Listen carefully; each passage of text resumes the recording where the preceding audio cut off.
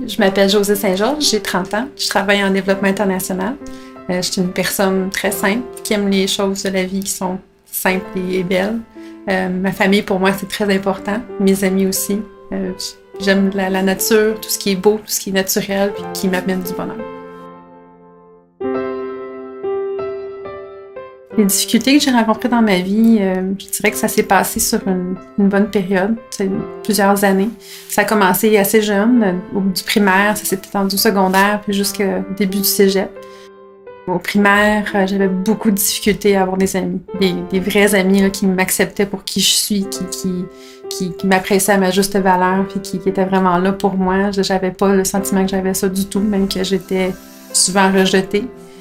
Ça m'a suivi pendant plusieurs années, jusqu'au secondaire. Je suis déjà arrivée au secondaire en partant avec un gros sentiment d'insécurité, un sentiment que je méritais pas des amis, que je méritais pas d'avoir d'amitié, que je n'étais pas assez bonne pour avoir des amis, que c'était pas quelque chose que je pouvais avoir. Puis c'était tellement important pour moi d'avoir ça, je comprenais pas pourquoi je pouvais pas. J'ai eu beaucoup de mal à vivre avec ça. Pour moi, c'était très dur. Je me suis beaucoup mis en question. Ça a touché beaucoup ma confiance en moi, mon estime de moi. Je pleurais tout le temps.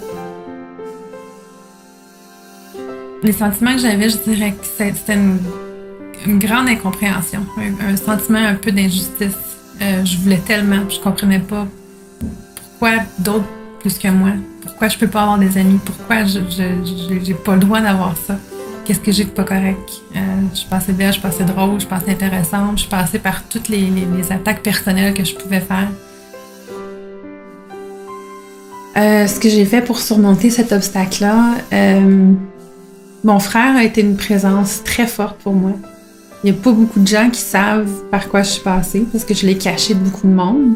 Quelque part, je pense que j'avais un petit peu honte de ce que je vivais, puis je me sentais un peu mal parce que je me disais, voyons, une famille qui m'aime, j'ai beaucoup de chance, j'ai beaucoup d'opportunités. Pourquoi je me sens comme ça? Il y en a qui vivent des choses qui sont dans la rue, qui vivent la drogue, qui vivent des choses d'intimidation. J'ai pas vécu ça directement. Donc je comprenais pas pourquoi je me sentais un peu honteuse de vivre ces sentiments-là. Dans ma tête, c'était pour des peu de raisons. Là. Puis il y a un moment déclencheur, je pense, qui m'a aidé à me sortir de ces sentiments-là. Il y a une journée où ça allait vraiment très mal. J'ai frappé pas mal le plus bas, où j'ai sérieusement pensé au suicide. Je l'ai pas fait. Dans le fond de moi, je savais que je le ferais pas. Je pense qu'à ce moment-là, ça m'a vraiment prouvé que je voulais pas me rendre jusque-là. Puis ça a été, je pense, le coup de pied que j'ai eu besoin pour éventuellement m'en sortir. Les sentiments que j'avais dans ce temps-là, ben, c'était vraiment un désir là, de m'en sortir. Je me disais, il était temps là, que je tourne ça de bord, là, puis que je cherche à m'en sortir. Je pense que chacun trouve sa propre façon de s'en sortir ou va chercher les ressources qui lui font du bien. Dans mon cas, étonnamment, c'est par moi-même. C'est quelque chose en dedans de moi qui m'a aidé à m'en sortir. Comme si quelque chose en dedans de moi me disait « OK, ça suffit, relève-toi, puis on est capable de passer au travers, on est capable. » Il y a toujours des moments encore pas faciles, mais plus ça allait, plus je sentais que je m'en sortais, puis que j'étais de plus en plus forte en m'en sortant. Aujourd'hui, je peux vraiment dire que je suis à une place de ma vie où j'avais pensé que je me rendrais. Je suis vraiment très heureuse en ce moment. J'ai beaucoup de choses merveilleuses dans ma vie. J'ai jamais été aussi heureuse de ma vie.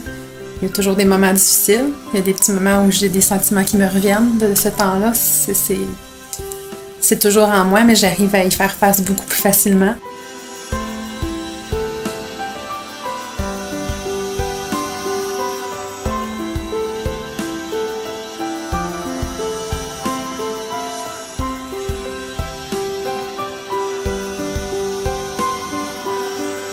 Ce que je peux suggérer à quelqu'un qui vit une situation similaire, c'est que je crois fermement qu'il y a toujours une main qui est tendue. Ça peut être un étranger, ça peut être la fondation, ça peut être la famille, des amis, ça peut venir dans nous-mêmes. Mais je crois fermement qu'il y a toujours une main qui est tendue vers nous pour nous aider à s'en sortir. Il s'agit juste de la saisir.